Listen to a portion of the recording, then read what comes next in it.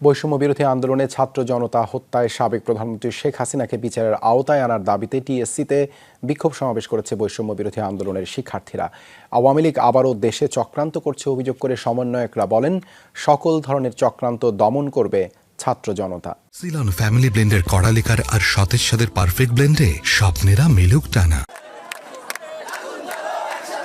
কোটা সংস্কার আন্দোলন করতে গিয়ে গত কয়েকদিন প্রাণ হারিয়েছেন ছাত্র জনতা, আহত হয়েছেন অন্তত কয়েক হাজার মানুষ। বৈষম্য বিরোধী ছাত্র আন্দোলনের অভিযোগ, বিক্ষোভে গুলি করার নির্দেশ দিয়েছেন সাবেক প্রধানমন্ত্রী শেখ হাসিনা। দাবি জানান, তাকে দ্রুত দেশে ফিরিয়ে আনতে হবে, নিশ্চিত করতে হবে উপযুক্ত শাস্তি। আওয়ামী লীগ এবং ছাত্রলীগ তার সংগঠনগুলা যে সন্ত্রাসী কার্যক্রম করেছে তাদেরকে বিচারের আওতায় আনতে হবে। আমরা এই মুহূর্তে চাচ্ছি তাকে দেশে এনে পর্যাপ্ত উপযুক্ত বিচারের আওতায় এনে তার শাস্তি নিশ্চিত করা হোক। সোমবার বিকেলে ঢাকা বিশ্ববিদ্যালয়ের রাজু ভাস্কর্যের পাদদেশে এই বিক্ষোভ করেন শিক্ষার্থীরা। এ সময় গুলি করে হত্যার পরিপূর্ণ তদন্ত দাবি করেন তারা। বলেন, এ ঘটনায় যারা জড়িত সবাইকে আইনের আওতায় আনতে হবে। কিছু স্বৈরাচার আর ফ্যাসিবাদের হায়না এবং শকুনরা কু করার চিন্তা করছে।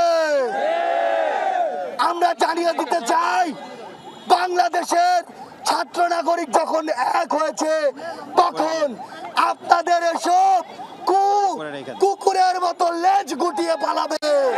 বিক্ষোভ সমাবেশে বক্তব্য রাখেন আন্দোলনের সমন্বয়করা। বলেন, সরকার পতনের পরও আওয়ামী দোসররা বিভিন্নভাবে কু করার চেষ্টা করছে। আওয়ামী লীগকে পুনর্বাসনের ইঙ্গিত দিয়েছেন স্বরাষ্ট্র উপদেষ্টা। এমন অভিযোগ করে সমন্বয়করা বলেন, সকল অপচেষ্টা বন্ধ করতে হবে। সামনে তারা 15 আগস্ট নিয়ে ষড়যন্ত্র আঁকছে, কোনোভাবেই 15 আগস্ট নিয়ে তাদের ষড়যন্ত্রকে আমরা সফল হতে দেব না।